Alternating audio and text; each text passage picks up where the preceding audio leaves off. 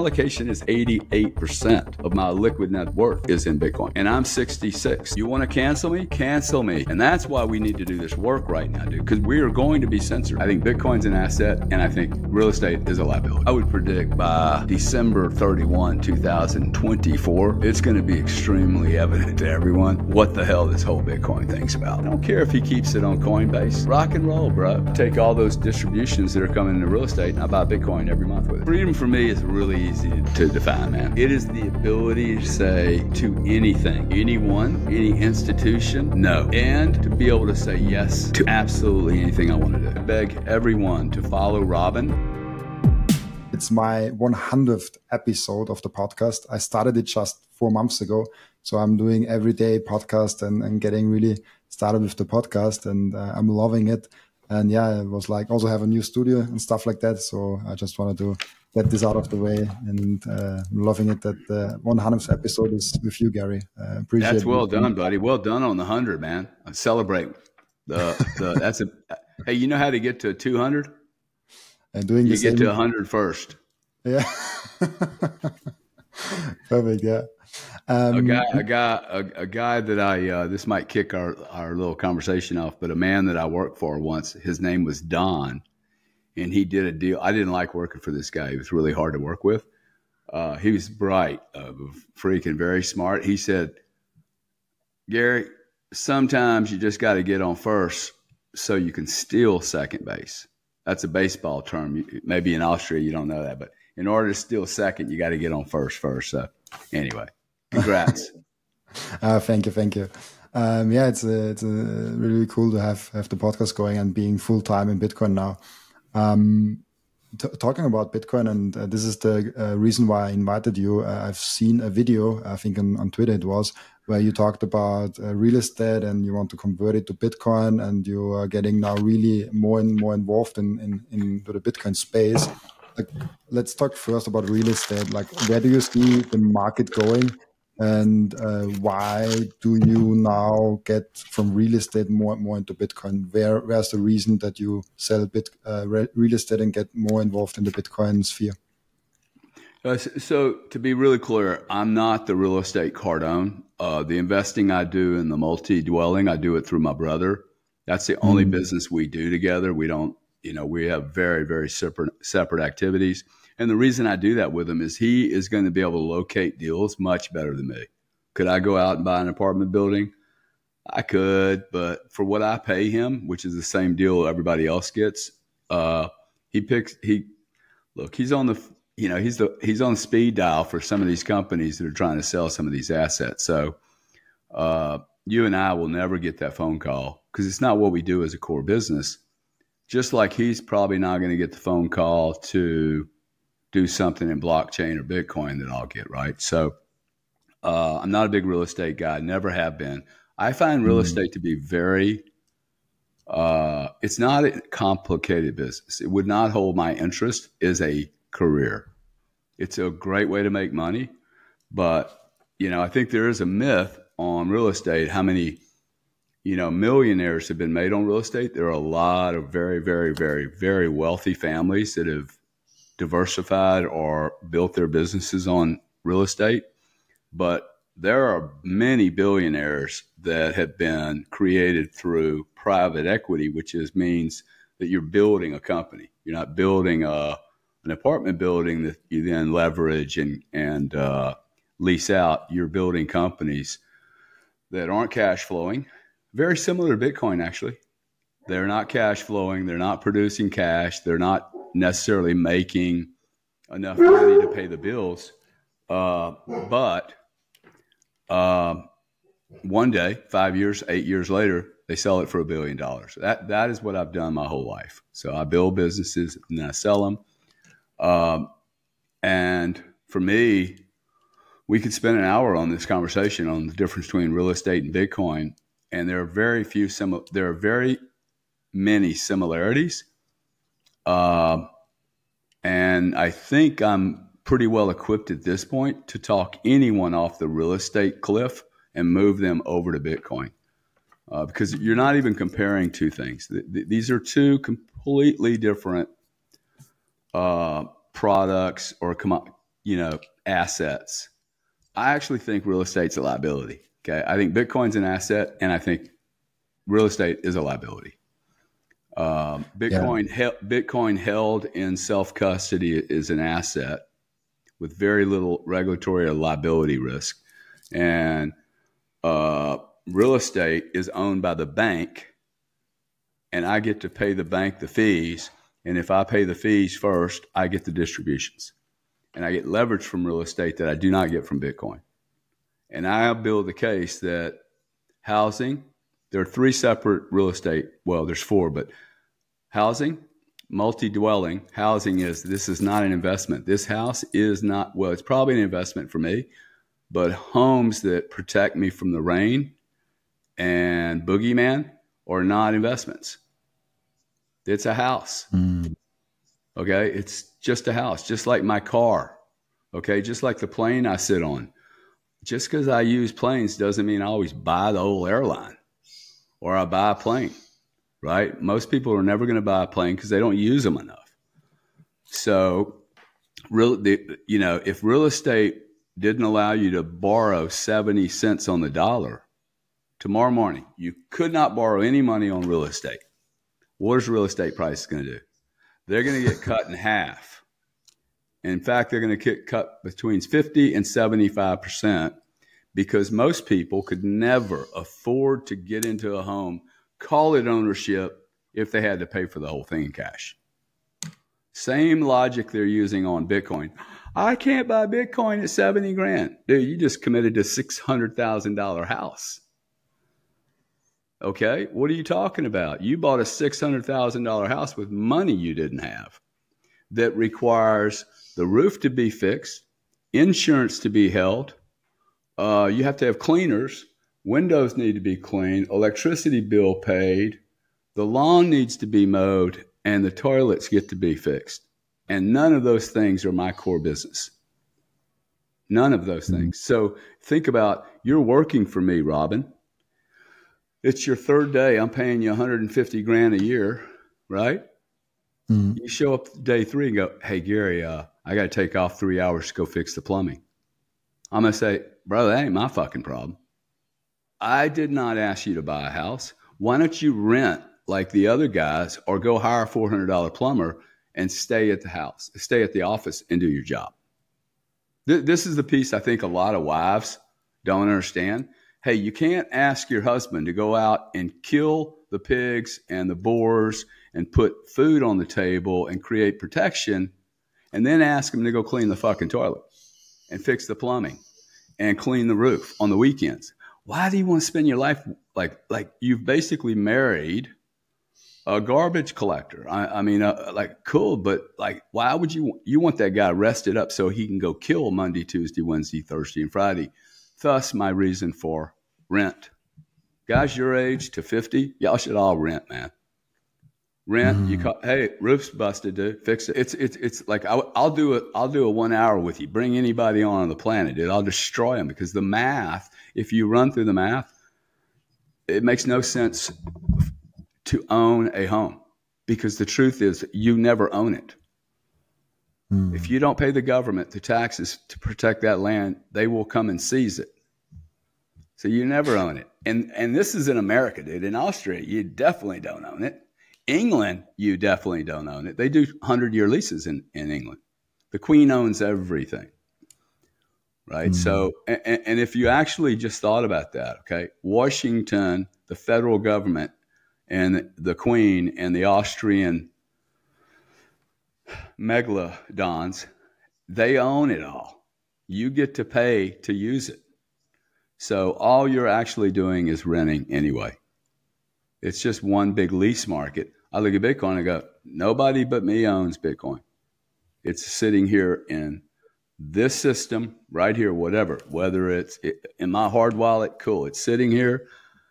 It has no roof to fix, no plumbing that can go wrong. It actually I consider Bitcoin a monopoly, one of a kind, finite, never before seen in the history of mankind except you and me. We're the only finite, unique, one-of-a-kind creatures on this planet, along with some other many organisms, right? And what do we do to all those things? We don't know how to treat any of those things. So my thesis is very philosophical, almost religious. Humanity has 7,000-year history of abusing one-of-a-kind, finite, unique creatures. I'm quite certain no one, including myself, has placed the correct value on Bitcoin because it has all the inherent qualities of a human spirit. I'm an identical twin. We could not be more different. Okay, like if you met, I could literally grab half of the people that have ever seen Grant before in his life that don't like him. The half that don't like him will probably like me. So isn't that interesting, right? We as humans do not know how to value unique. We only know how to price things. I'll tell you a very interesting story. I know people that will drive 3 more miles to get 3 cents off their gas. Okay? 3 cents. They know the price of everything, but they do not know the value of anything. And this is the point of, oh, wow, Robin's up on the roof, going to probably break his leg, cleaning leaves. I'm sure he's really enjoying himself, sweating in cold Austrian weather when he should be having sex with his damn wife or his girlfriend, communicating with his family, man. Like, it's like, wow, this is what being married's like. I get to clean the roof, right? And so you become a slave, dude. Become a slave to these things that y'all say you own, and you don't own it. It's not ownership. I totally and 100% fully heartedly agree with that. That's really, really cool. I also see like the Bitcoin is I don't know if you see it also like that, but I see Bitcoin as the only thing you actually truly can own. It's like a monopoly. It's a monopoly on money that people have to realize that it actually is a monopoly. Right now, people don't realize it, but it's a monopoly which nobody can manipulate. Like it's not, no one state can interfere with it. Nothing can happen with it. It's a fascinating technology. Yeah. When I was 32 years old, I built a Maxim, and the Maxim goes like this because I have always competed with monopolies. And there are 3 rules, okay? If you own a monopoly, do everything you can to keep it, man. Like pay every politician, lawyer, lobbyist, whatever, right? If you own a monopoly, you will do anything to keep it. If you can't own a monopoly, go partner with one, buddy up to one, right? And use his big hammer to make your business. If you can't do either one of those, hire a bunch of young guys that want to take 2, 3, 4 million out of them. There'll be teams of people that'll swarm on these freaking monopolies and just bust them up into pieces. That's the role I've always had to play because I've never been invited to the club. But now I have Bitcoin. To your point, this is cannot be regulated monopoly. That is freaking heavy, dude. This is a monopoly that cannot be regulated, and the only monopoly like it in the world, truly global. Google can get pushed out of China. Okay? Visa and MasterCard haven't made shit for progress in China and many other countries. They say they're global. They are, but really they're just carving out more and more margins from the same people over and over and over. Bitcoin will be in every country, everywhere, every speck of sand and piece of land on the planet, legal or not legal, right? It's going to find its way into every crack and crevice. That is truly a global market, man. No language barriers, no letters to send, no address to send a letter to. If the CEO of Visa gets killed on an airplane tomorrow morning, price will be impacted. Bitcoin, this is why I don't like Ethereum. You tell me that Vitalik gets killed on an airplane, that the price of Ethereum should get crushed. Don't tell me that, oh, well, it's decentralized. Well, really? Well, who's second in command, dude? Because that's scary, okay? We've seen the decentralized has massive problems. Everybody wants in Bitcoin wants to talk about the glory of decentralization. Decentralization is hyper inefficient. Hyper inefficient. Centralization is extremely efficient. You bring everything in one pool, you analyze it as long as you're neutral, right? And one person handles all the debris. I was with Mark Yusko a couple of weeks ago. You probably know him, Morgan Creek Capital, big Bitcoin guy. He was going on about centralization. He's a little bit younger than me. And I went, now, Mark, we're having a tequila one night in Miami. I said, now, Mark, if your God and my God, that we share the exact same God, was running central finance for the globe, we would say, hey, let's centralize. Because centralization makes a lot of sense. The problem with centralization is the guy at the top always goes bad. Right? And then then games start playing. And then there's opacity. Opacity is the inability to see in through and into something. It's dark. As soon as you see darkness, there's monopoly constructs in play, right? And that's the beauty of Bitcoin. It should be all open source. It should be transparent. We are going to live in a world in the future. There'll be one group of people that want to be ultra opaque, and then there'll be a group of people that want to be transparent. I choose to live in the transparent world. That means open source blockchains, public blockchains, not private blockchains. And the people are going to be able to make a choice. But I think, we're going through this chasm of change that people are going to now really begin to understand how the world works.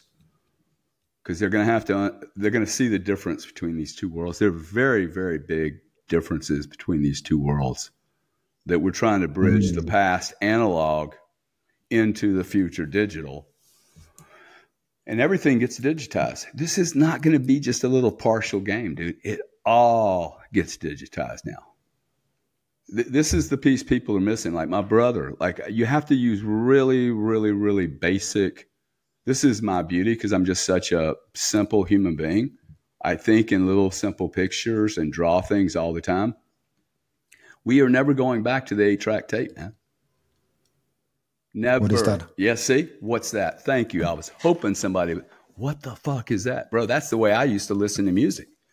In my 1966 Mustang looking all cool, me and Grant are smoking a joint, 17 years old, going to high school, 8 o'clock in the morning, and we're listening to Grand Funk, or some Motown on this tape that's this big, dude, that you stick into this box in the car that's about the size of a large 12-volt battery. I mean, a car battery. And we were totally cool, dude. Now, 30, 50, 60,000 videos and audio.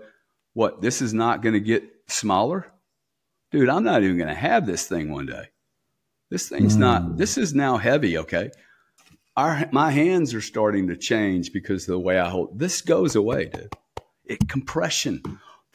Everything's just going to get compressed tighter and tighter and tighter. It's massive packets of information. Look what we're doing right here.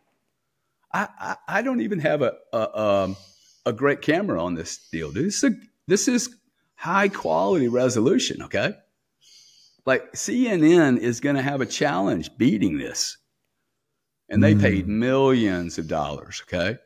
Millions and millions of dollars for this equipment. The equipment costs are coming down. $600 for a decent camera. Some lights, $50, right? A couple of computers, boom. We're up and running. We're digitizing planet Earth right now, and we don't even know it. Amazing. And what do you imagine? It's really amazing. If you think about just the podcast industry, I run my podcast completely alone. I do every day an episode, every day a different guest, every day an episode. And I even have time next to it because AI is doing a lot of the post-production. I just try to keep it good and do the quality control. But it does take me like maybe 5 hours, the whole podcast episode with the pre, post, and recording. So this can be extremely efficient, and I think it will be even more efficient in like 5 years. And my question is now, like, where do you see Bitcoin in this digital world? Well, before we do that, And I think it is an important question. But what you just said was, hey, in 5 years, see what you're doing, you're spending 5 hours a day creating content. I would have never, ever known you. Had it not been for Bitcoin, you and I would not be together. But there's this central kind of philosophy or thought process. I've never done this in my other industries. Natural gas and electricity, credit card processing, or real estate. Hey, let's all get on Skype or get on X or get on YouTube and talk about finance. 8,000 people show up. 1 million people see a video. Your age demographic, 22 to 62. Whoa. Okay, so imagine what's happening here. We don't even have Bitcoin involved in this process, and we are decentralizing our news. It's already happened. We have decentralized news. I beg everyone to follow Robin in his footsteps, become a podcaster. Okay, the reason for that, I don't care if it's good, if you talk about dirty underwear, talk about whatever you want, man. There's going to be some people out there that share a common theme with you. So one, you can connect, because I think currency is communication. We forgot this, okay? Currency is about communicating. When I send you money, dude, I am communicating with you. Hey, thanks a lot, Robin. I'm really happy with the service that you gave me, and I'm going to give you something in exchange. Thanks, dude. Exchange, boom, boom, and we'll repeat it. Right? That's currency. I could send you a hug. Some people do the emoji. That's a currency, man. Wouldn't it be cool? Grant and I used to play Command and Conquer or one of these games, Halo, you know. I mean, 35, 40-year-old grown men, dude, playing kill games for 2 hours. I'm in London. He's in L.A. We're playing for $10,000 a game. Okay, like he had to send me a Range Rover once because he lost so much money from a Halo game. I ripped his face off. A whole Hummer, man, shows up. He still had XM. He still had satellite radio. I used that satellite radio for 3 years. And he had to give me the car free. My point was, I told him, this is 15 years ago. I said, dude, wouldn't it be cool if I could send you some money right now for losing the game? But I can't. See, I can't with this. I can't. I can't with dollar bills. Because this stuff is awesome. It's awesome when you and I are like within arm's length. It's what I call proximity, okay? Proximity to your client's awesome for this. But once it gets to be about 500 feet, I need to use a credit card or something, or Venmo or something else. You're in Austria? Dude, I got to use something. And my opportunities to use something is, okay, I'm going to send you $1,000, Robin, and you'll get it next Thursday or Friday. And the bank will let you use it the following. In Austria, they'll let you use it the following week or two. That's kind of slow, considering we're doing a podcast and 500,000 people are going to see it right now.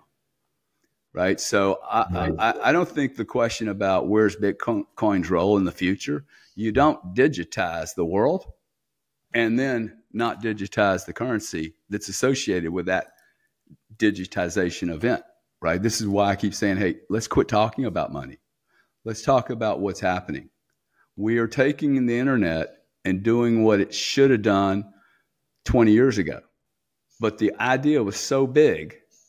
Google, Apple, Microsoft, and every other swinging dick on the planet, except WeChat, China, understood that the internet was about communication. So let's build in some money functions to it. The entire financial system has been untouched. In fact, it has been placed on steroids, Adderall, and everything else. They benefited greatly from the internet, dude. Like you have card schemes like Visa and MasterCard charging 8% to move a product that they have no transaction risk in whatsoever. That goes away in a digital world. Okay, you're not going to have one guy just going, hey, I don't like this particular product, so we're charging 8% for it. So they missed that. And what's happening right now is Web 3.0 is about making money work across this connectivity, right? It's making money work, and it's not going to work with this, and it's not going to work with wire transfers. It's not even going to work with credit cards because these are going to be microtransactions. Okay, these are going to be sub $4 transactions, dollar. I mean, there's already, like the U.S. government and other countries are going to have to even look at how they define microtransactions and what shell companies are. And like this is changing so radically. I don't even think the laws are set up properly to deal with the significance of the change we're encountering here. And history shows us, I'm sorry to go on so long, but history shows us that we always underestimate change. We overestimate how quickly it happens, and then we underestimate the absolute colossal size of the ramifications, the unintended, unthought of consequences of rolling out this type of transparency will lead to war, riots, civil unrest, and probably new laws being written. I think we need it. I think without them, it will be really interesting. Where do you see actually politics and governments and going when we have Bitcoin as actually the base layer and governments have a harder and harder time to inflate their currencies and maybe even have a harder time to tax people? Do you see a change in the political system, in the government systems coming in the next like 10, 50, 100 years even? Well, there's definitely change coming. What it's going to look like, I think we have to really define, hey, what is base layer? Because I think if you said Bitcoin's going to become the base layer, I think there's a lot of people that would have different impressions of what that means. Right. And I think this is one of the areas where decentralization has been a problem for Bitcoin because, in fact, there is no consistent message on what that base layer means. I mean, most people that have been in Bitcoin for more than 8 years, 2 cycles plus, base layer means we are the government. We've taken over everything. Everything is built on Bitcoin. There is no war. There's no poverty. There's no cancer because Bitcoin solves absolutely every psychosis, which I just think is a fucking ridiculous comment. It's too much, man. Like you're still going to have people, I know rich people that don't have money problems and they would love to fight somebody. Okay. They'd love to go to war. They're unhappy people and they're going to be bent and unhappy till they die. Bitcoin doesn't solve psychosis. And quite frankly, I wouldn't say any of this about base layer. If it happens, cool.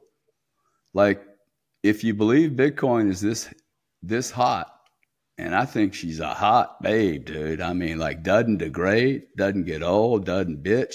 I can sell a fragment of her and she doesn't even complain to me. I can lease her out. It's not even considered, like I get no pushback from this asset. Because there's nobody holding. I can't do that with an apartment building. I got to call my banker up for permission. See the difference between real estate? Even if I'm in an apartment building, dude, I got to call somebody up and get permission. So, one, I don't know why we would want to tell the IMF, the Federal Reserve, the Bank of England, and the rest of these creatures that we want to poke them in their eyeball and take away their monopoly ball. Like, why do you want to do that? Like, let's just kind of skittle in here, get BlackRock to like the ETF. Once they see the returns, dude, we'll do this thing. If it's as good as it's supposed to be, it will act like Mercury and find every gap. Okay? It'll just take over. We are being like too reactive. Just stick to our knitting, man. We have an awesome product. It's unlike no other product. And let's get it to institutions. Look, Satoshi said peer-to-peer money, right? I think people misinterpret. Well, they don't misinterpret. They put into how they read what they understood. Peer-to-peer is, hey, let's do it tomorrow. We ain't ready for tomorrow, bro. Okay, you're just like Mr. Satoshi. You're like every other technologist. You have a vision and you think you can make it work tomorrow morning. What if he's wrong? What if his vision was peer-to-peer, but he forgot to tell everybody, hey, by the way, you need to go contact Gary Cardone or somebody like him, because there's a whole step process that you're going to have to do before you go peer-to-peer on scale. And what is that? That's ETFs, derivatives, paper products, institutional banking. I mean, look, this industry fucked up letting BlackRock in, and they fucked up because they did not self-regulate. Okay? They did not call out. Y'all knew there were criminals playing in this shit pool. Okay? And y'all sitting there going, hey, people are making money. Cool, dude. The toilet always gets flushed.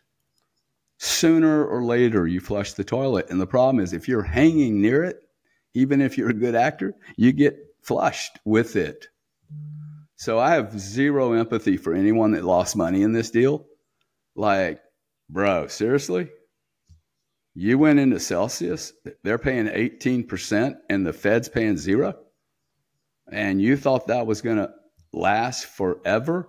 And by the way, some of you Wall Street guys didn't call foul on that. The regulator didn't know. What the hell was the regulator doing? He must have been looking at some big crimes to miss that one. Okay, and they're not looking at big crimes. They're looking at how they get reelected. And they probably, well, like our SEC is falling apart, dude. There's shit coming out our SEC. I think all governments are getting ready to lose their credibility, just like Hollywood's losing their credibility. See what's happening here, man? All the cartel, all the constructs from the past, and this is not about Bitcoin. This is about a cycle. All constructs from the past are being challenged now. All the alliances, all the deals, all the rules. What are rules? Me and you are in power and we decide, hey, these are the rules, dude. This is what we want, and we create some rules. And then we change them. Okay? All of these rules and constructs, there's going to be a day when I am not allowed to get my Range Rover on the highway, because I will be the biggest variable on the highway. If there's 1,000 robot cars and Gary's out there, dude, we're going to have a wreck, right? So who's the whole automobile, the highway guys, they're all going to want to hold on to their stuff, right? We're just going through this massive step change, and it's going to impact everything, man. Art, real estate, money, opportunities for people like you. Bro, the opportunities, millions of jobs. Everybody should go talk to their politicians, and don't mention Bitcoin. Say, hey, there's millions of jobs that people don't have to go to college to perform. I could hire 10 people right now, man, with no skills. Just be willing to learn. Show up on time, listen, don't do any drugs. Like, you just got to get your head clear and go, hey, I'm going to learn from a master. And nobody else knows what's going on, dude. We've never seen this before, okay? So there's no skills really required. You have to be willing to study and learn. So I was with two Congress people this week. I've never done anything in politics, but I know that I am a good voice to be able to help educate them. Dude, this isn't about Bitcoin. This is about jobs, okay? This is about prosperity for the government, prosperity for our country. It gives us an option. I mean, I've got kids, man. I look at my kids. My kids are going to be fine because they have good discipline. But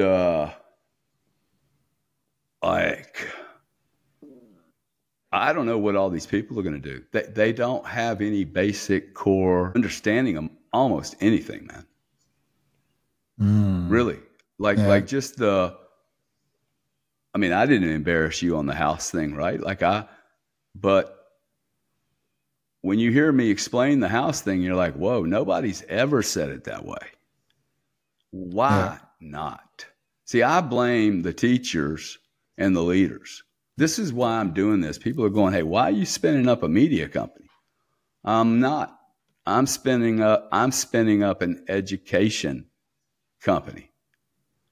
Because I have been bitching about education since I can remember, since probably the 9th grade.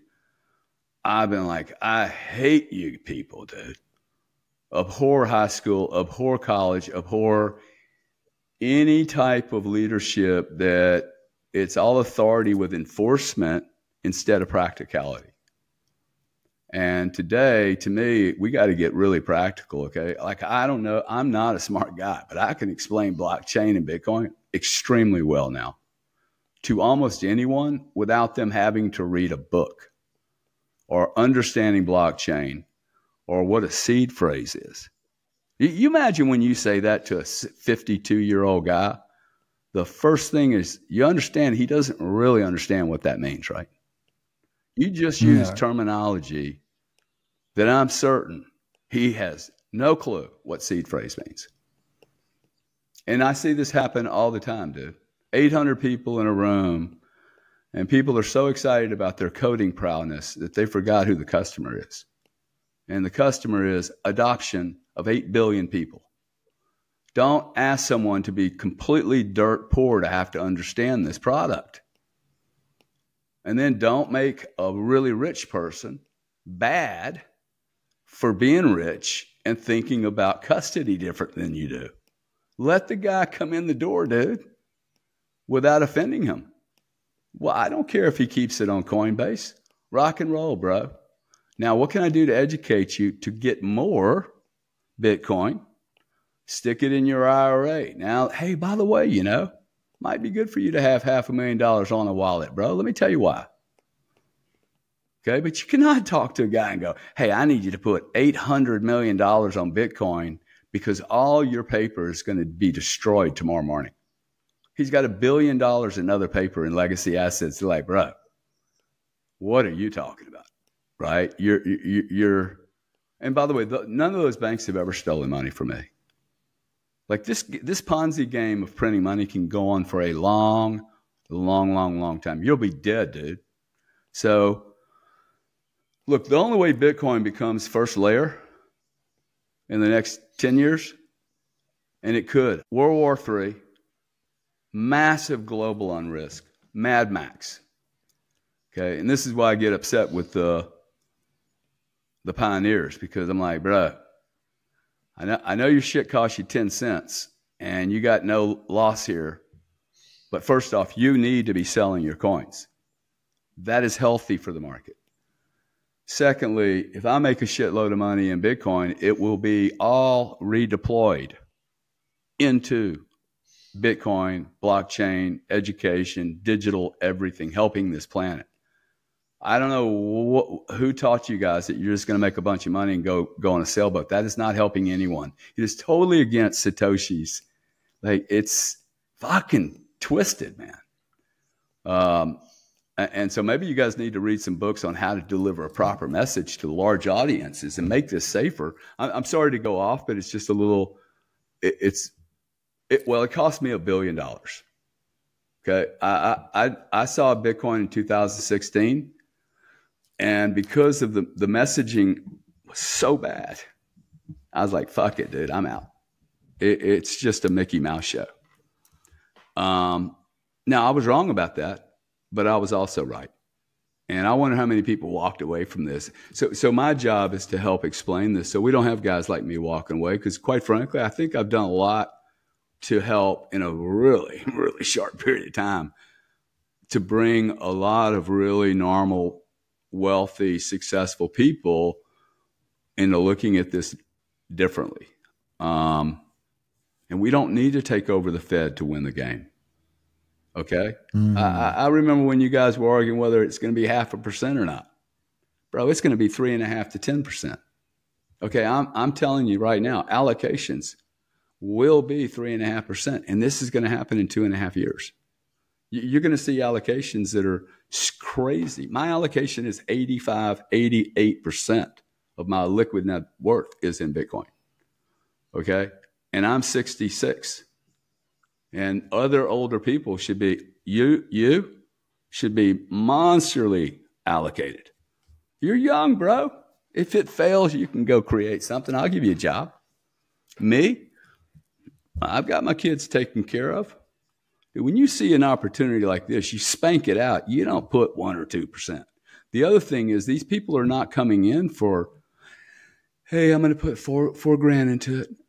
No, dude, these people that are coming in, it's $250,000 a pop. It's 4 Bitcoin a pop, right? That is. So you guys are sitting there going, man, this guy's talking big money. You're getting ready to compete with big money. That's why I'm trying to tell you, like, you have to get out of this. I can only buy 1/10 of a Bitcoin. That's bullshit, dude. Go get a job, man. Go make 40, 50 grand. Okay, I've got some production I need to do right now. I'd pay somebody $5,000 to show up this weekend with some production. Like instantly. So you need to go out, make some money, and turn. And to me, this is the best Bitcoin miner on the planet does this. I go to work. I create some fiat bullshit dollars, and then I immediately take those dollars and stick them into Bitcoin. That's Bitcoin mining. Okay? Trash, turn into gold. Digital gold. Uranium, platinum, perfect gold, never goes away, never erodes, can't be ripped out of my hands. So I don't know. I would get a job, and I would get a job in the industry so that what you're doing is very, very correlated to your own investment thesis. If you're in the oil and gas business, I guess you can invest in oil and gas. I'm not sure that's the best investment, but you should have some investment in the industry you're working in. If you don't, it kind of says a lot about the industry, right?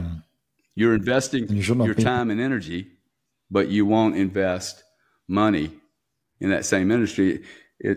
And that is what we're talking about, okay? We're talking about two things really, time and freedom. Time and freedom. Those are the things that are important, not how much money you're making. Once you start looking at things in time, you're like, oh, there's only one money that makes up for my time decay, right? And that is Bitcoin. Most people won't understand that, but like I can take you through a chart and show you how that is absolutely real. And then you got to just ask yourself, well, if time and freedom are the two things that are really, really, really important, what is freedom? What is freedom? I told you a lot about 21 Bitcoin, the best place for me to buy Bitcoin directly on a Bitcoin only exchange. But now let's talk about how to secure your Bitcoin. Once you got Bitcoin, you don't want to leave them on exchange. You want to take self-custody. You want to take responsibility of your own Bitcoin. That's why I recommend getting a BitBox. BitBox is an amazing wallet where you can not only keep your Bitcoin in a simple way, very secure, you can even create a passphrase. With that passphrase, you can basically create a hidden wallet on the device itself. Make sure to buy your BitBox in the link down in the description, and with code Robin, you even get a 5% discount.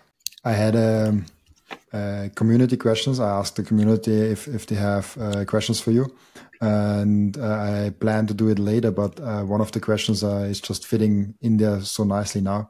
And he was asking in order, as you described, in order to save in Bitcoin, you have to have disposable income. Like you have to have some fiat mining job where you mine Bitcoin with it and get income.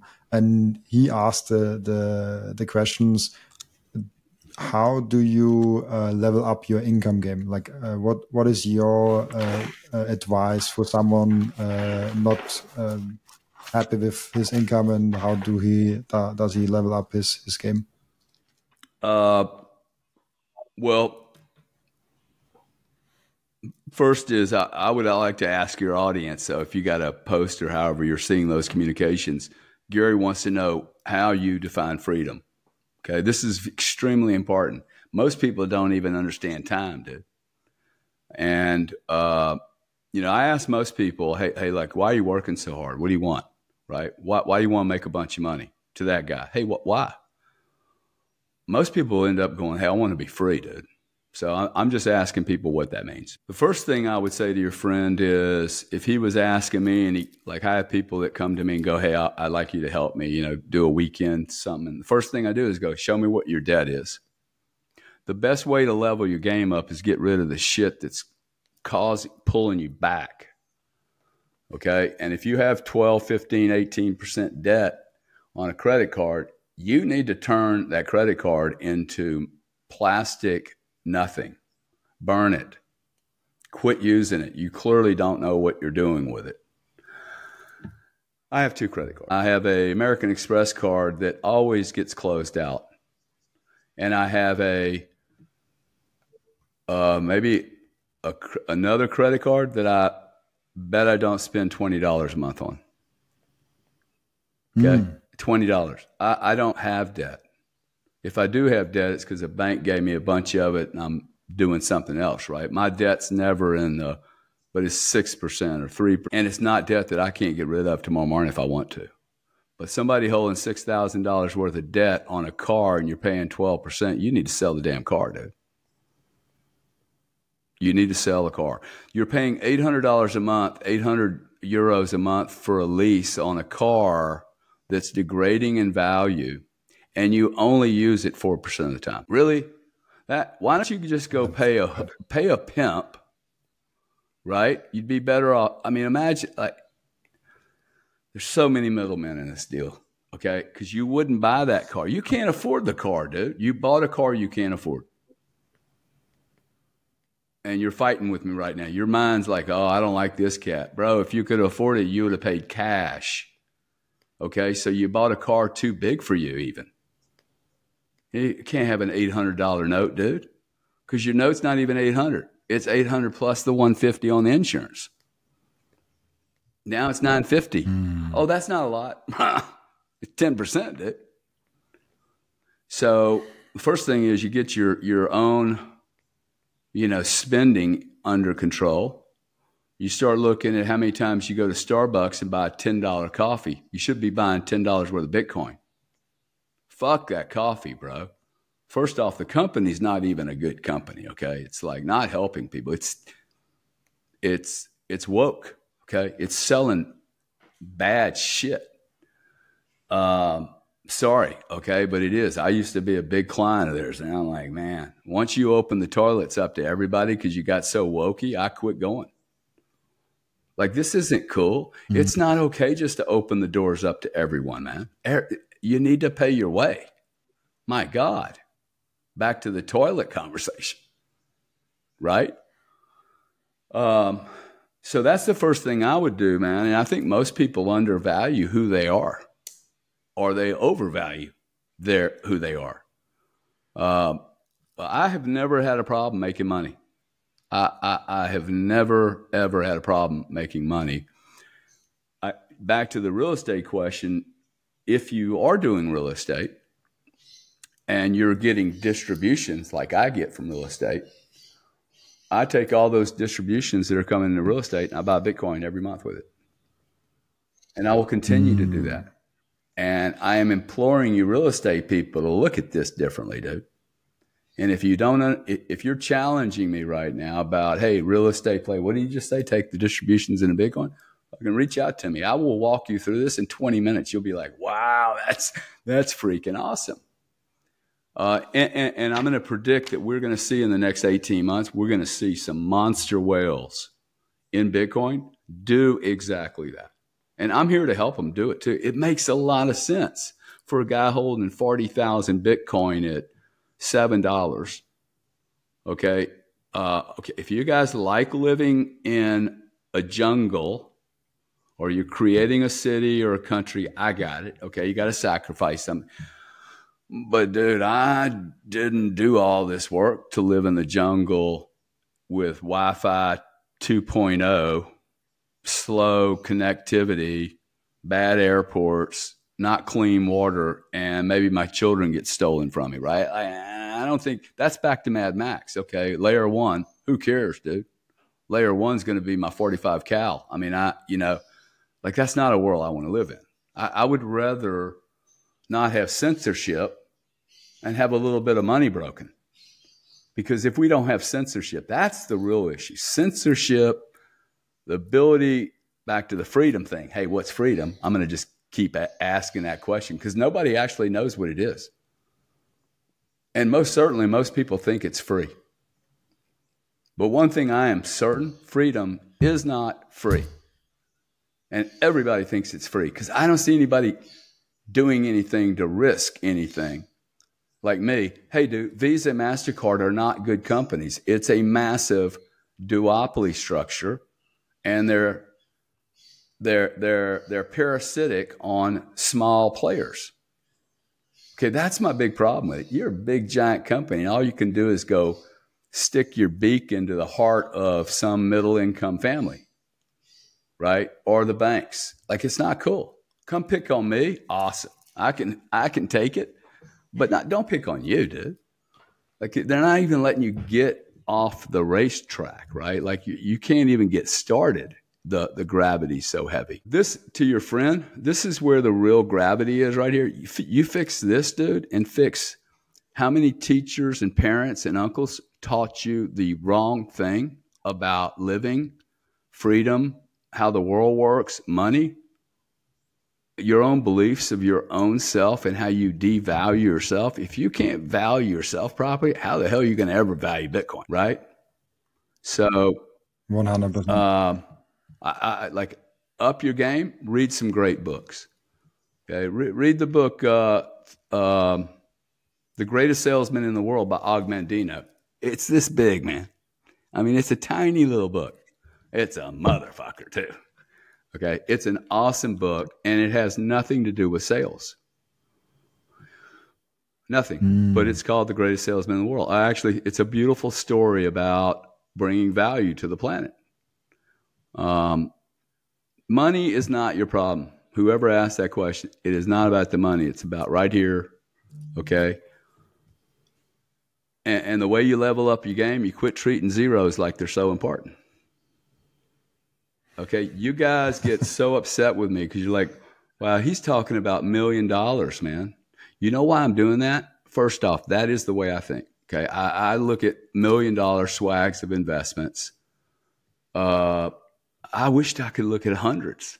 Like, I ain't looking at $1 million deals anymore. The only difference between me and you is that you and your family agreed that you could only do $1,000 deal, or you were only worth $100 grand. Okay. Like, I would never get out of bed for $100 grand, dude. Not even close. For $100 grand for a year, I would, but no chance I'm getting out of bed for 10 grand a month.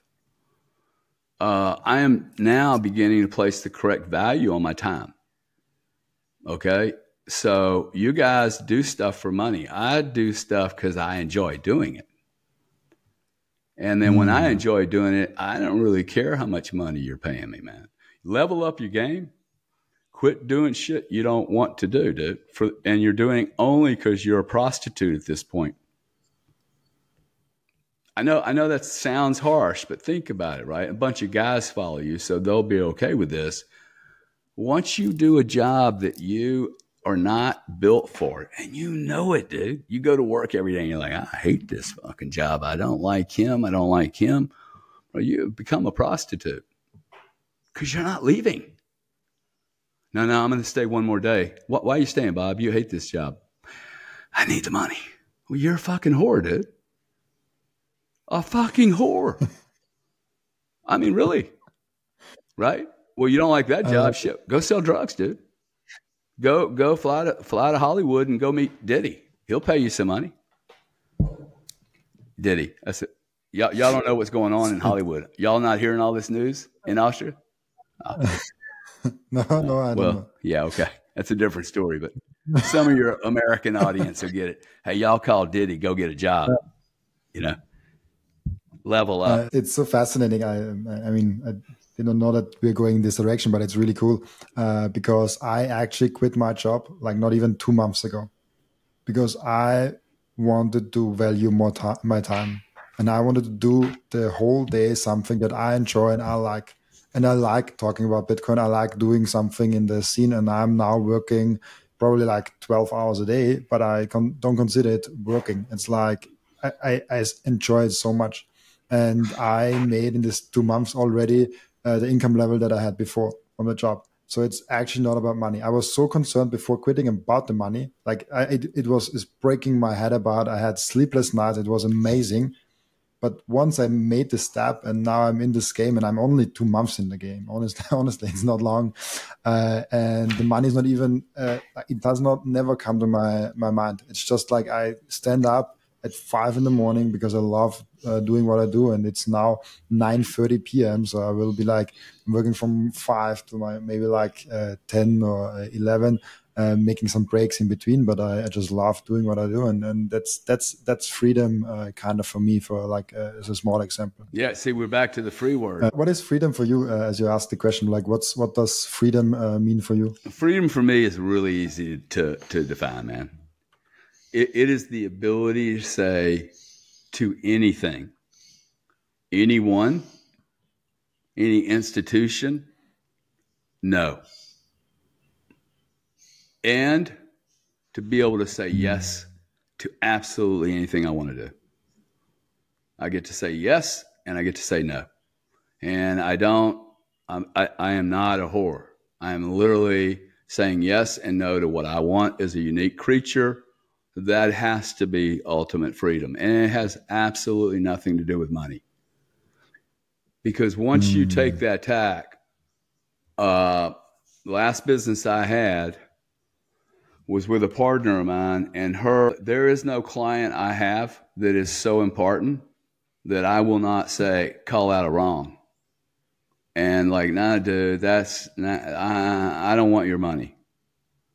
Okay. And there are clients that will not do business with me because of my views, who I vote on, my statements. And that like, see, that's not about money. Because if you make it about money, then that's going to be the client. You go, hey, nobody say anything. Okay. Don't talk about COVID. Fuck COVID-19. That was a plan. Okay. You want to cancel me? Cancel me. But I need a big audience of people to go, hey, why'd y'all cancel him, dude? He didn't say anything. He's telling the truth. And that's why we need to do this work right now, dude, because we are going to be censored. Believe me. Okay. They have to try that. They have to try that. They cannot allow what we're doing here, dude. I can educate 1 million people. Like, I have horsepower to educate large numbers of people in a really common, basic way. I do not need to have a calculus background. I have to have good communication skills, be authentic and be trusted, and have a closet that's so clean nobody can come pick at it. But yes and no, to be able to say yes and no. If you guys live your life that way, I'm free. That is the core to me. I could be worth a lot more money, dude. A lot more money. Okay. I never understood why I'd need to be. Like, why? I don't. There's only so much money you can really spend, first off. I mean, Elon doesn't have a lot of liquid cash just sitting around. He's creating things, right? So I don't really get the whole holding a bunch of trophies out there. I have 2 cars now instead of 1. And I don't need 47 Lambos, man. I don't need to own a house. I mean, have you ever walked up to a girl's door that you wanted to go out and have a date with? Hey, Betty, how you doing, Betty? Betty, before we go on a date, I just need to know, do you own this house or do you rent it? Because if you rent it, I'm not really going to take you out.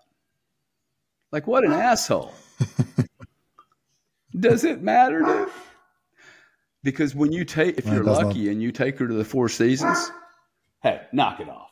If you take her to the 4 Seasons, what is she going to look at you and go, hey, by the way, now, Robin, do you own the 4 Seasons or are we renting this? It's so illogical. Rent a 4 Seasons, okay? Buy property, lease property out to other people who believe that owning a house, if they get this right, they want freedom. They're going to go rent facilities from you. Let them rent from you. And you continue to rent. And this is the real estate play. You own big pieces of real estate that generate cash flow, and then that cash flow goes into Bitcoin. You don't need to own a home. I mean, I don't think many people need to own much of anything, quite frankly. It's fascinating also for me because honestly, I own Bitcoin then I own like a laptop, a camera, a microphone, and that's pretty much it. Like everything else is rented, and yeah, only then other than Bitcoin, I don't own anything. I like if you take away the Bitcoin, like I'm just me, and I also clothes and stuff like that. But obviously, but other than that, I just own Bitcoin, and it's freeing to a certain extent. Even like it's really really cool. I love that, and I also love that that you are thinking in that way. Before we come to our end routine, where do you see like Bitcoin in the next like 10 years? What do you expect from Bitcoin, from the community? What do you expect happening? That last 4 year cycle was amazing with like the first publicly traded company, the ETFs happening, with El Salvador happening. What do you expect anything from like the next 8 years that is coming? I think it's going to be exciting. I mean, I think we're going to see adoption. The cool thing is, I don't think anybody's going to have to wait 4 years. I would predict by December 31, 2024, it's going to be extremely evident to everyone what the hell this whole Bitcoin thing's about. I think you're going to see demand that even Satoshi didn't even imagine. Okay, like it's the angles on this are so staggering. 4 to 8 years, 8 years, it'll be continue to hold the title as the greatest investment in history. After that, I'm not so sure. I would look at this as a 4 to 8 year hold. If you're just looking at Bitcoin, I would not come into Bitcoin thinking you're going to buy here and sell in 3 months. The play here is to buy it, put it away safely, continue to buy it on a daily cost basis, monthly cost basis. Okay, this is a very cool 401k pension retirement program that if you just put it away and let it do the work for you, you then go out and do your day job, whatever makes you really happy. You sitting on a pile of Bitcoin is not your purpose. And it is not going to make you free, and it's not going to make you happy. Sitting on a pile of Bitcoin, knowing you can say yes and no to helping change the world and have an impact to your buddy, hey, how do I level up? Stick your eyeballs and your earbuds into this social media world and get to know people like Robin's doing. You don't have to do a podcast to like, you can come on one of my X spaces and join. There's a community of people. Well, why am I don't even charge. I'm trying to bring a community of people in here, an army, before we get censored. Okay. If you believe game theory is, hey, they're going to try to censor, we better group up really fucking fast. And let's quit bitching about, oh, Gary owns Dogecoin. I hate him. Bro, I'm in crypto, digital, Bitcoin. I'm a logical human being. I have a very, very tiny position on some of this other shit. I tell everyone this is not the equivalent to Bitcoin. It's not the same term. I have so much Bitcoin. I have more Bitcoin than most of the people listening to this. Like, I'm bleeding Bitcoin at this point. So I get to go buy Dogecoin if I fucking want. Okay, I'm not an enemy of the state. Jesus Christ, I still have US dollars, dude. There's a lot of things I have from the analog world, okay? Dogecoin, like my thesis on Dogecoin, it's a freaking call option on Elon. If he dies, the thing is probably going to be more valuable than if he lives. Okay? Like, this is the way guys like me look at it. Fuck Dogecoin. I don't care about the token. Dude, it's a call option. It's a call option on his death or his success. Okay? And Ethereum, if Vitalik dies, Ethereum is not going to have any memorabilia value. Okay? I don't get that one, okay? I own XRP. I mean, I think it's a shit stock. The price action has been terrible. I don't have to talk about the code. The price is grossly underperformed. But at 56 cents, I mean, You know, could Visa or somebody go in and do something interesting? Maybe. Like, it's $5,000 position for me, dude. Who cares, right? Wealthy people like me are not going to buy those. I'm doing it because I'm in this space, man.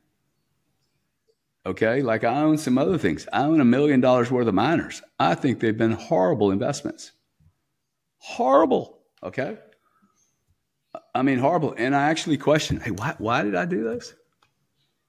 Okay, so here I am, a seasoned professional, man, and I'm telling you, I am making mistakes. Well, isn't it good that I'm telling you that? Instead of me hiding, because I think there's whales out there that have been pushing the market around for 8 years. Okay, fucking washing you guys out, and then they talk about how pure they are, and then they're lighting up tokens over here.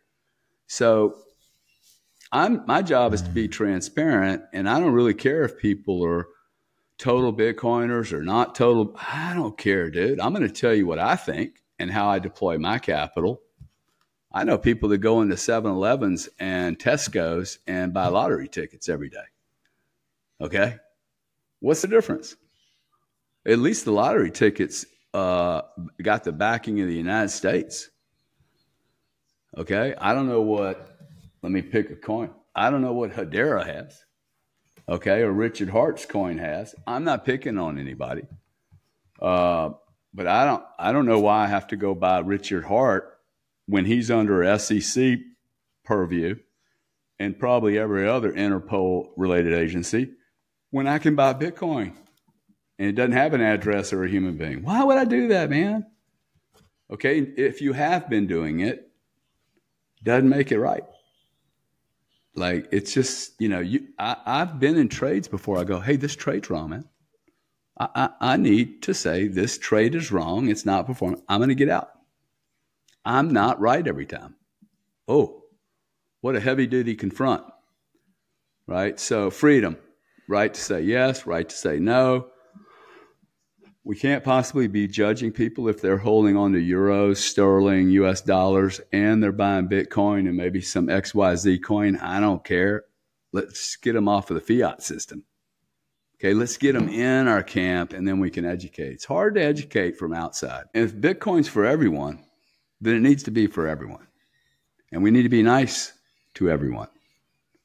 And if Bitcoin's really going to fix everything, then why would you be worried about a little piece of shit Pepe coin? Dude, if it's going to fix everything, why are you worried about a little gnat that's going to actually go away one day? Okay, it's going to go away. This dominance with Bitcoin, the dominance on Bitcoin will continue to go up. I think it ends up in the 70s in 4 years. Back to your 4 to 8 year. Bitcoin ends up being 70. I actually have a higher number, but people will say I'm just an idiot. But it's in the mid or above 70s. We're at 52% right now. I know a bunch of shitcoin guys that I think that's a horrible term, by the way, but other coins that they think it's going to be, you know, Bitcoin's at 40%. And I'm like, I don't think so, bro. Bitcoin has to take more. If it's going to compete with gold, unless that entire token market goes up. And by the way, what is that token market? Does it include Coinbase, a MicroStrategy? Does it include those? It should. Because I'll tell you something, if you're invested in some of these other companies and you didn't invest in MicroStrategy, that was a fucking horrible trade. MicroStrategy was a great token, right? Like really, except it's not a token. I own a company called Node 40. People go, hey, what's the best project you see, man? Dude, Node 40 is the best project I know of. No, that's not a token. You asked me about the best project. When did y'all start redefining the word project in business to, oh, it's got to be a token? Like, wow, hello? I mean, if this was a token business, it'd be worth $1 billion. It generates cash. It has some of the best blue chip customers on the planet. I'm trying to raise money at $50 to $100 million, and people are going, oh, nah, I'm going to go buy this poopy coin, launch it, because a bunch of idiots are going to buy it, pump it up, allow me to get out real quick and show a $3 billion valuation on a company that's never done anything. Like I don't get that. Okay, I'm building picks and shovels in this industry. Picks and shovels. That is things that the analog industry needed, has always needed. And just because they're going to digital doesn't mean they're not going to need all exactly those same tools, reporting, analytics, views, systems. They need all of that. And analog cannot deal with digital. So we're going to have to build it all from scratch. And that is an awesome opportunity. And you know, 8 years from now, I mean, I think it's pretty cool that that there are other solutions that are competing with Bitcoin, because I don't think Bitcoin's ready to go mainstream. Okay, so what you need is, I have never been first in any business I've ever built. I actually would not buy, invest in, or build a business that was first. I wouldn't do it. Very few companies that do first actually end up first last. Meaning over a period of time, they end up losing their prime position because they were the target to hit. See, that's why I'm always like, I want to become the gold standard, because that makes everybody go push toward the gold standard. And most people don't have they want to cut corners. So being first, dude, I mean, I think Bitcoin, however, will be the only first that really makes this, because of its unique qualities, of which there's about 13 or 14, and we only ever hear about 2 or 3 of those qualities. Some of the qualities of Bitcoin that are never mentioned, for me, are so valuable for a whole different podcast show. But when you really go through the characteristics of Bitcoin, both positive and negative, and you weigh it up again, you do a SWOT analysis against other assets, it becomes so clear. Have you ever seen anyone do it that way? No. Just immutable, codes, algorithms, Satoshi. There's 4 words I don't even understand. Okay, instead of going, hey, let's just measure these 2 things, pluses and minuses. You know, it's kind of hard to move 3,600 doors of real estate from one state to another. I've never seen that happen. It's really hard to do it without a sales agent involved. That's 6%, 3%. Near impossible to do without a bank. So you just go through the whole thing, right? I think it's an awesome time to be alive, and anyone trying to level up their game, they should read the white paper. They should start following Robin, follow me, and then follow people that you trust.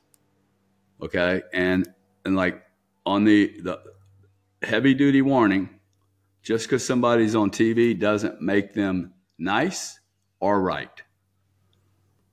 Okay? It doesn't make them nice or right. You don't know what their agenda is. Okay?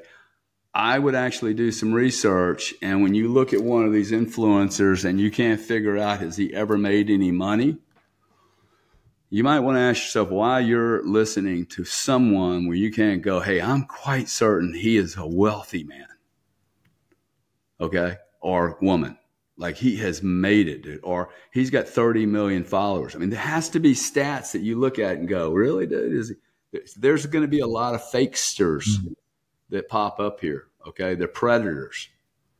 And just be careful who you choose, but there's a lot of resources to dig into, man. It's so exciting.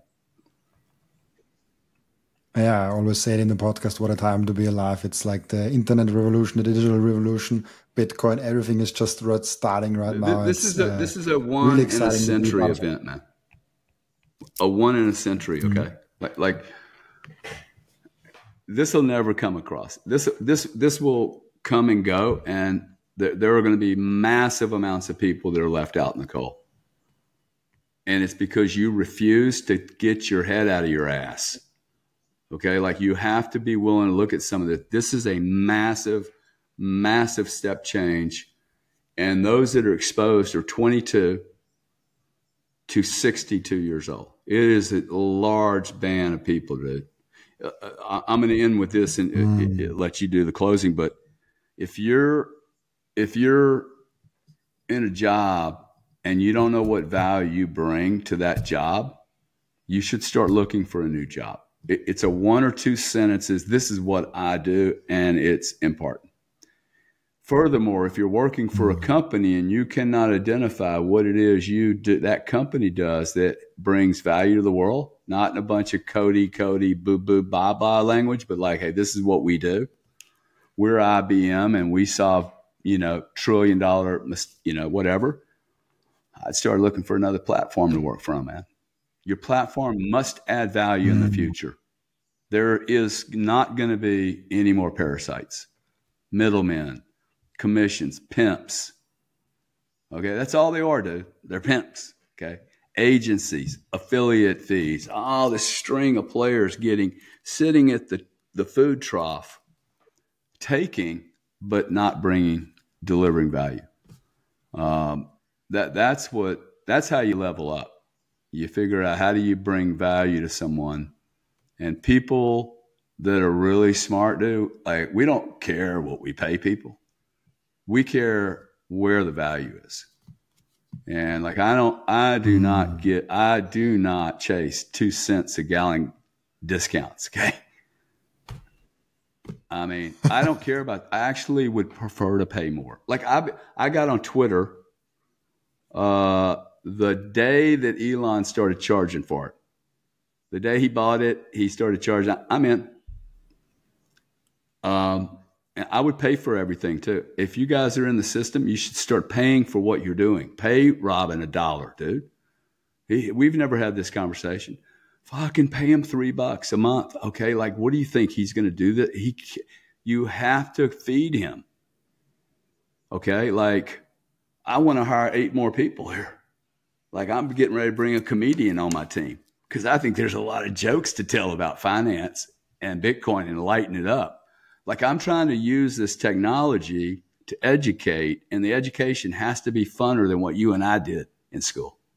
And it should be, dude. I don't know why they fucked up education so badly. Like, I would have been a great teacher. You come to my chemistry class, we're going to have fun, dude. We're going to blow shit up and right? It's going to be exciting, man. But there's going to be some rules. You're 2 seconds late, you're not coming in my room. And if you don't do your homework, get the hell out of my room, dude. Come on. So give to Robin, find people you can support, man, and then stop spending money with your fucking enemy. There's a lot of enemies you're supporting. If you're not supporting Robin, again, we have never spoken, okay? If you're sitting there just taking from Robin, there's a part of you that knows, hey, I'm taking more than I'm giving. Send the guy 50 cents, okay? And the reason for that is you're going to feel good about it. Oh, wow. Robin had Cardone on. See, I always go longer than people ask me to go. I always ask, hey, what's your audience like, man? Like you heard me ask you that question because I'm interested in being relevant for your audience. Why are we going to waste an hour? Right? But and then just find people that you can get help from, learn. Right. And that community will get bigger and bigger, safer and safer.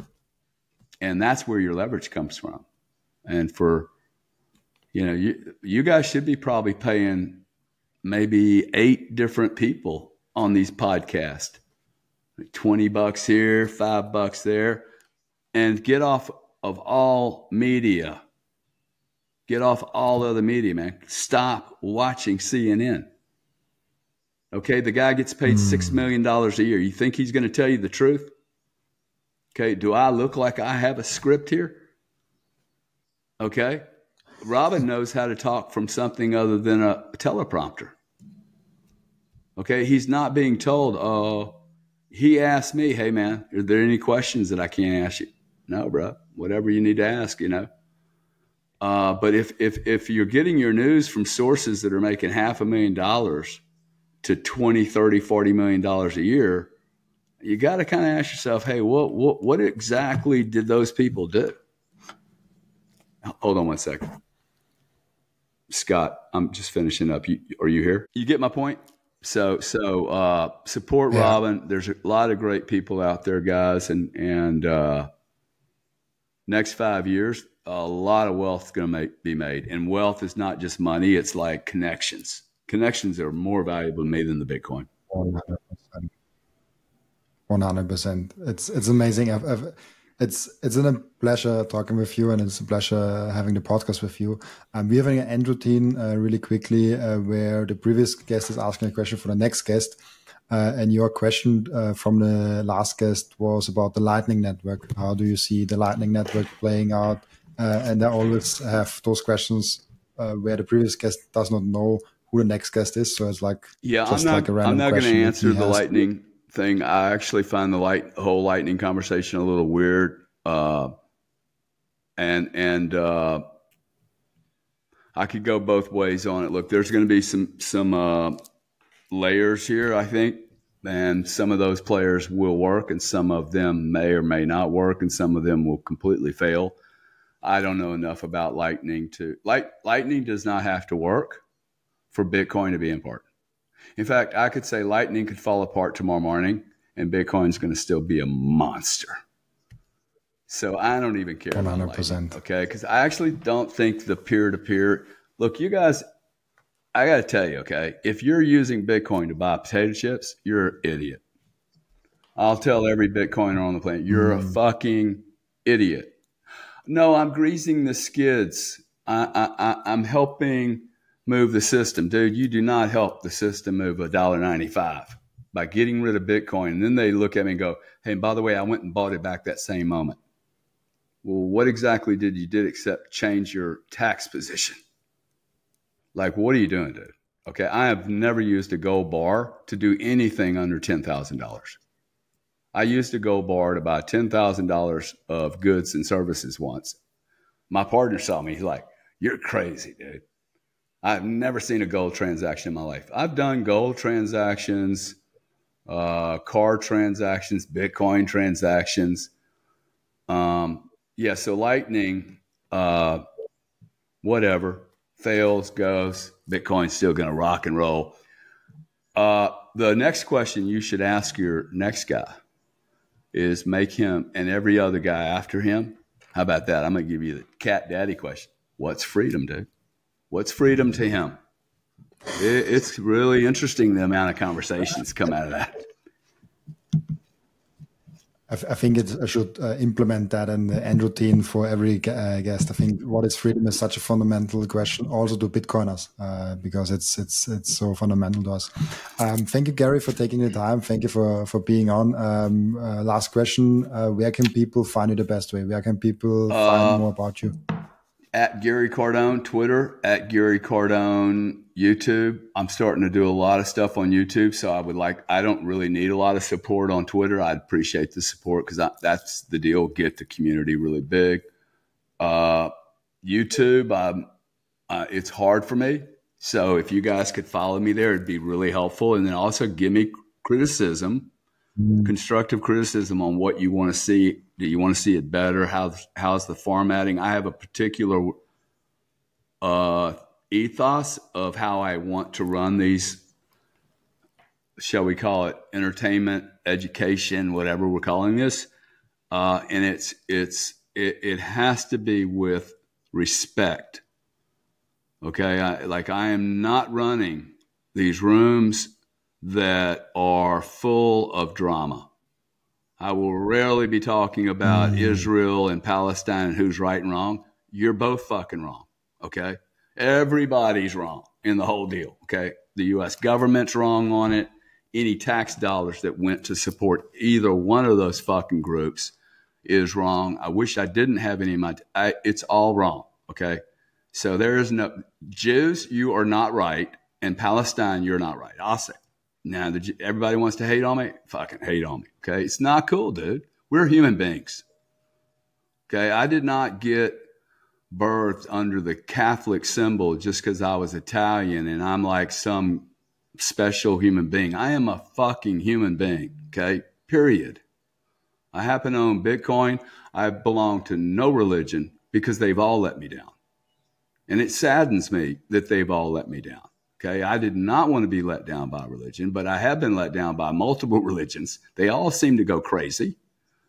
And funny enough, I end up in Bitcoin which is bringing together a very large population of people, whether you like them or not, from all walks of life, that you and I are literally not, we would not be having this podcast if it wasn't for this one conversation, and it's Bitcoin. And I think Bitcoin has some religious, spiritual elements to it that very few people discuss. And more importantly, very few people can articulate in a way that's not weird. So I actually look at Bitcoin as a little bit of my way of getting my spiritual needs met that are not received. I can't find them in a church. And dude, I have tried some churches, okay? Like 5 or 6 of them. I've studied a lot of religion. And there's something beautiful that's going on around Bitcoin, especially if the people that are talking about it aren't psychotic. That if we start thinking about, hey, what can you and I agree on? Okay, like I don't have a beard and a mustache. Okay, maybe I should not like guys with beards and mustaches. Okay, instead I'm like, he's a Bitcoin guy, dude. Oh wow, he likes that freedom thing. Okay, so we have those two things in common now. I can worry about not how you're different. How about, hey, how are we similar? Like, what do we share in common that we can expand on instead of going, he's Jewish, man, and I'm not, so fuck him. That's ridiculous. We're human beings. Thank you, sir. Very true. Perfect. I mean, that was amazing. Thank you. Thank you for your time, and see you next time around.